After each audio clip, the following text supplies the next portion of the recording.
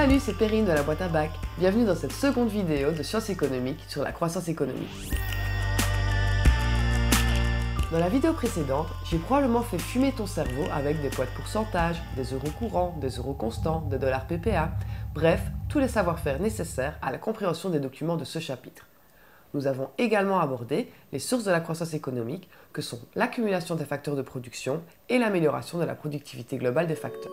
Dans cette vidéo, nous allons répondre aux questions suivantes. Quelle est l'origine du progrès technique? Quels sont les effets du progrès technique? Quelles sont les limites écologiques de la croissance? Et une croissance soutenable est-elle possible? Mais avant de rentrer dans le vif du sujet, n'oublie pas de t'abonner à la chaîne YouTube, de partager, de liker, de commenter cette vidéo pour que l'on soit hyper motivé à en faire plein d'autres sur les autres chapitres. Et n'hésite pas à visiter notre site internet laboiteabac.fr où tu pourras trouver tous ces jolis coffrets, par exemple de philosophie ou d'histoire géo, dans lesquels il y a des vidéos exclusives, des questions-réponses pour réviser le bac et tout un tas d'outils pour que tu sois le meilleur lors des épreuves. Pense donc à suivre notre actualité sur Instagram pour que tu sois au courant de toutes les nouveautés. Et maintenant, revenons dans le cœur du sujet. Quelle est l'origine du progrès technique? Comme tu l'as compris si tu as regardé la première vidéo, les gains de productivité sont source de croissance économique, tout comme l'augmentation des facteurs de production. Mais ces gains de productivité ne sont que l'instrument de mesure du phénomène qui explique la croissance, le progrès technique. Le progrès technique est issu des innovations. Une innovation, c'est l'application dans la sphère productive d'une découverte ou d'une invention. On peut distinguer plusieurs types d'innovations. Les innovations de procédés qui sont de nouvelles façons de produire comme l'impression 3D et les innovations de produits qui sont la création de nouvelles offres pour les consommateurs comme le téléphone portable quand j'étais ado. Il existe aussi des innovations qui ne sont pas liées au progrès technique. Les innovations de commercialisation comme la livraison par drone ou les innovations organisationnelles comme le self-service dans les restaurants. Ces catégories ne sont pas excluables, d'autant plus que les innovations sont souvent cumulatives. Schumpeter utilise le concept de grappe d'innovation. Mais revenons au progrès technique. Il s'agit des innovations qui transforment les produits et les manières de les produire et qui permettent les gains de productivité. Mais comment expliquer celui-ci? Il ne faut pas compter sur Robert pour cela parce que sa réponse elle est un peu useless. De nulle part, il nous dit. Et oui, pour lui, le progrès technique est exogène, c'est-à-dire extérieur au système économique. Un peu comme si le progrès était dû au hasard de la recherche scientifique. Heureusement, d'autres économistes comme Robert Barro ou Paul Romer ont cherché un peu plus loin. Et dans les années 80, ils ont proposé une nouvelle théorie qui est devenue célèbre, la théorie de la croissance endogène. D'après eux, le progrès technique n'est pas extérieur au système économique comme le pensait Solow, mais bien créé par la sphère économique elle-même. En effet, le progrès technique est issu des innovations, issu elles-mêmes des investissements réalisés par les entreprises et les pouvoirs publics. On peut illustrer tout cela avec les 4 capitaux. Capital physique correspond aux biens de production. Le capital technologique renvoie à tout ce qui peut améliorer le processus de production. Le capital humain est le niveau de formation des travailleurs. Et le capital public correspond à la qualité des infrastructures. Les investissements publics et privés permettent d'augmenter le volume de ces capitaux, qui vont donc créer du progrès technique et donc de la croissance économique. Par exemple, si un État investit dans des hôpitaux universitaires pour favoriser l'enseignement et la recherche scientifique, cela correspond à une hausse du capital public qui va se répercuter sur le capital humain. Les habitants du pays, mieux formés, vont donc être plus susceptibles de découvrir des innovations et être plus capables d'utiliser les scanners et autres machines sophistiquées des hôpitaux, qui, elles, proviennent d'une hausse du capital physique. Tout cela entraînant des gains de productivité et donc de la croissance économique. La croissance est donc endogène et auto-entretenue. On constate d'ailleurs dans les statistiques que les pays qui connaissent la plus forte croissance économique ces derniers temps sont ceux qui investissent dans l'éducation, capital humain, ou dans la recherche et développement, capital technologique. D'après cette théorie, la croissance économique est un phénomène cumulatif, d'où notre schéma en rond. Le progrès technique favorise la croissance économique qui va permettre de financer des investissements à l'origine d'autres progrès techniques.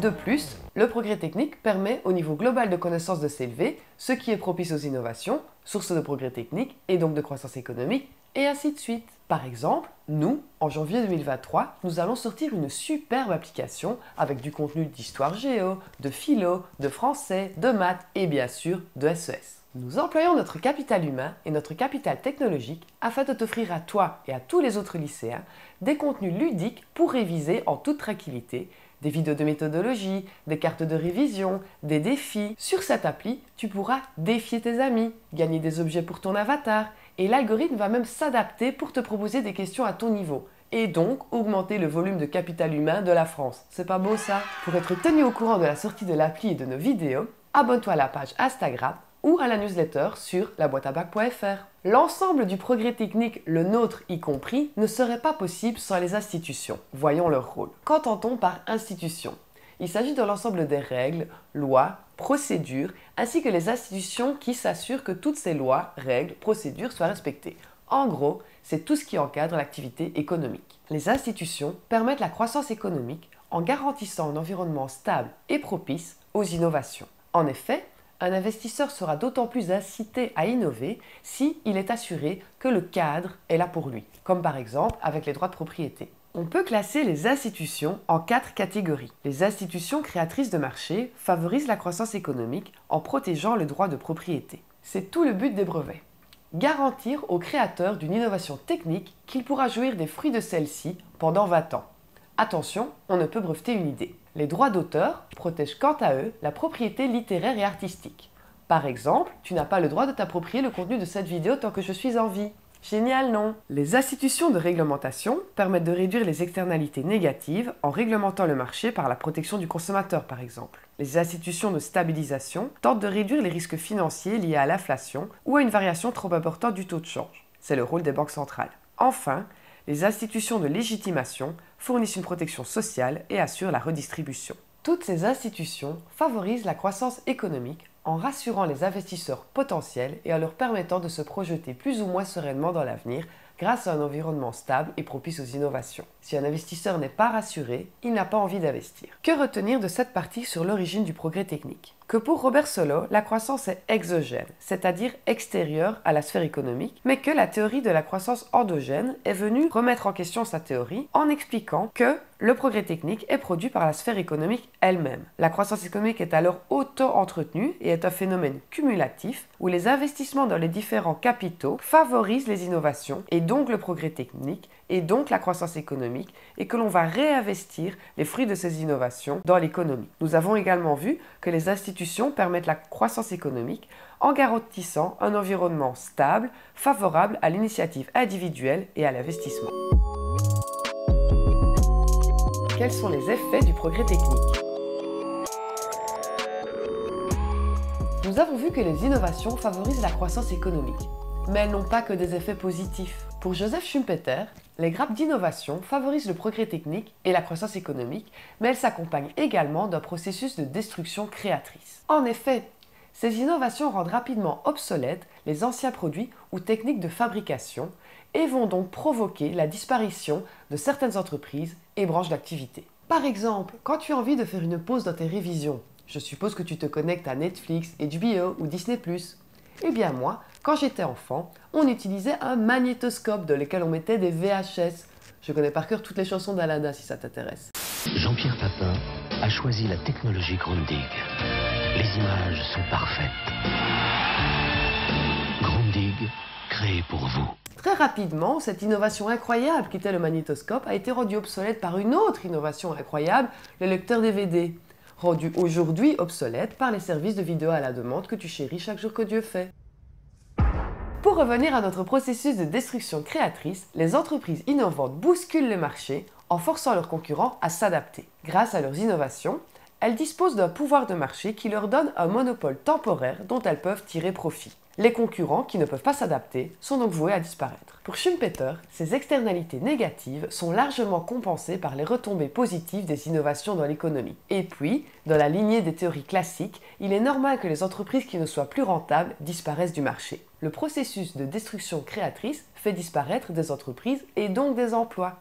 En effet, le progrès technique peut également rendre obsolètes certains métiers. Par exemple, l'automatisation peut avoir pour effet de remplacer les travailleurs par des machines. Toi aussi, tu utilises probablement les caisses automatiques au supermarché. Dès lors, la demande de ces emplois et la rémunération de ces travailleurs diminuent. En même temps, l'innovation peut être complémentaire au travail humain et augmenter la productivité des travailleurs qualifiés, comme c'est le cas de l'informatique pour les développeurs. Dans les deux cas, cela a pour conséquence de soutenir le travail qualifié et de créer une polarisation sur le marché du travail. En effet, les travailleurs qualifiés voient leurs revenus augmenter, vu que leurs compétences ont augmenté, alors que les travailleurs aux compétences modestes vont perdre leur emploi. Comme tu le vois dans ce graphique, la part des emplois à compétences élevées a augmenté ces 20 dernières années, alors que les emplois exigeant des compétences moyennes a diminué. La demande pour les emplois à compétences faibles se maintient, mais ce sont des emplois peu ou mal rémunérés, donc cela accentue les inégalités de revenus du travail. De plus, rappelons qu'un entrepreneur innovateur dispose d'un monopole temporaire pendant la période durant laquelle son innovation se diffuse dans l'économie. Or, dans nos économies globalisées,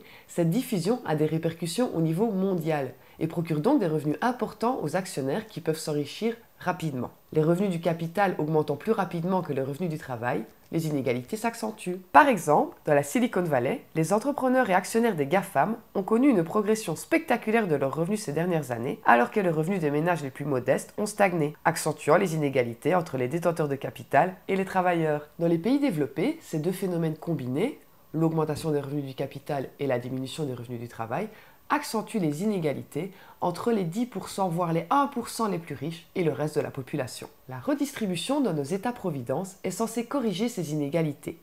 Mais la fiscalité sur les très hauts revenus ayant baissé ces dernières années et les personnes bénéficiant de la protection sociale ayant augmenté, le système peine à corriger les écarts. Pour résumer, le progrès technique n'a pas que des effets positifs. Il a aussi des externalités négatives dont la destruction créatrice. Nous avons vu que les innovations pouvaient rendre rapidement obsolètes des anciens produits ou techniques de fabrication, entraînant la destruction d'entreprises, de branches entières d'activité et donc d'emplois. Nous avons également vu que le progrès technique pouvait accentuer les inégalités de revenus entre les personnes ayant des compétences élevées et les personnes ayant des compétences moyennes d'une part, et entre les détenteurs de revenus du capital et ceux qui ne disposent que de leur travail pour obtenir des revenus d'autre part. Nous voici arrivés à la dernière partie de ce chapitre qui touche à un sujet particulièrement brûlant dans ce contexte de crise écologique.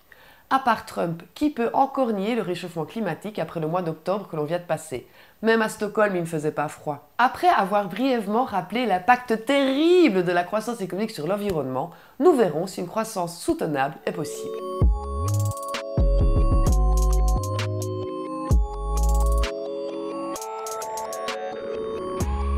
Pour produire, nous avons besoin de main-d'œuvre, d'investissement, de ressources naturelles. J'espère que je n'ai pas besoin de te convaincre de l'impact de l'activité humaine sur la dégradation de l'environnement. Cela fait à peu près 50 ans que les scientifiques nous alertent à ce sujet. Et à part Trump, je pense qu'à peu près tout le monde est conscientisé sur la question, même si ce n'est pas flagrant dans nos modes de consommation. Bref, je ne t'apprends rien, on te bassine avec ça dans tous les cours et tu le sais au moins depuis ton cours de géographie de 5e. La croissance économique a des limites écologiques.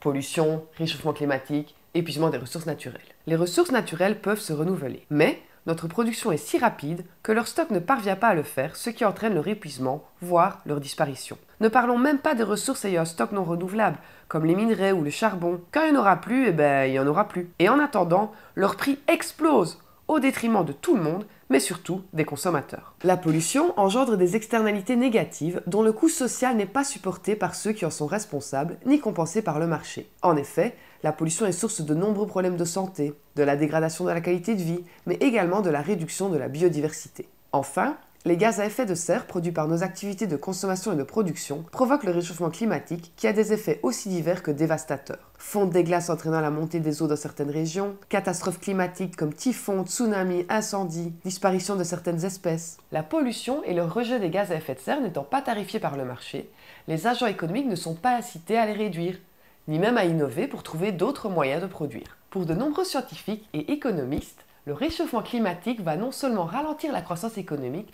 mais également entraîner des coûts que nous pouvons à peine soupçonner aujourd'hui. Ils encouragent donc les pouvoirs publics, les consommateurs et les entreprises à être acteurs d'une transition écologique efficace. C'est en 1987 que la Norvégienne Gro Harlem Brundtland définit le concept de développement durable, qui est un mode de développement qui permet d'assurer les besoins du présent sans compromettre la capacité des générations futures à assumer les leurs.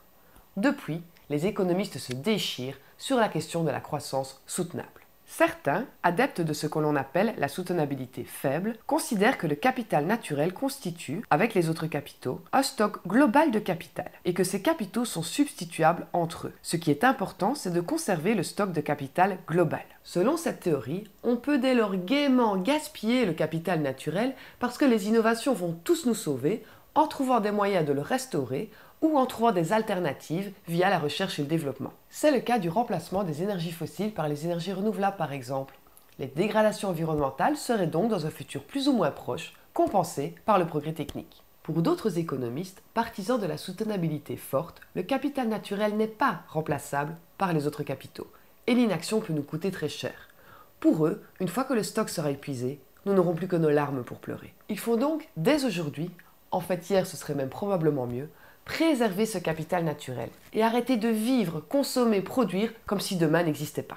Il conseille donc de limiter la croissance économique et d'appliquer le principe de précaution afin de réduire drastiquement les effets négatifs de celle-ci. Que retenir de tout ceci? Que la croissance économique a des impacts écologiques, la pollution, le réchauffement climatique, l'épuisement des ressources naturelles, et qu'aujourd'hui, il est difficile d'en évaluer les coûts à moyen ou à long terme. L'innovation pourrait permettre une croissance soutenable, mais les économistes ne sont pas d'accord entre eux. Faut-il une soutenabilité faible, en considérant que le capital naturel peut être remplacé par les autres capitaux, ou une soutenabilité forte, en considérant que le capital naturel n'est pas substituable par les autres capitaux et qu'un changement radical est nécessaire. Soutenabilité forte ou faible, dans les deux cas, il faut faire quelque chose. Soit ralentir notre consommation, soit investir davantage dans la recherche et développement afin de trouver des alternatives. Parce que à ce train-là, on va crever de froid l'hiver prochain, au point que même Greta nous dit de relancer le nucléaire. Donc bon, c'est pas gagné. Nous voici arrivés au terme de ces deux vidéos portant sur le chapitre de la croissance économique. N'oublie pas de t'abonner à notre chaîne YouTube, de nous suivre sur Instagram et éventuellement de t'abonner à la newsletter. On se retrouve très bientôt pour de prochaines vidéos. Salut!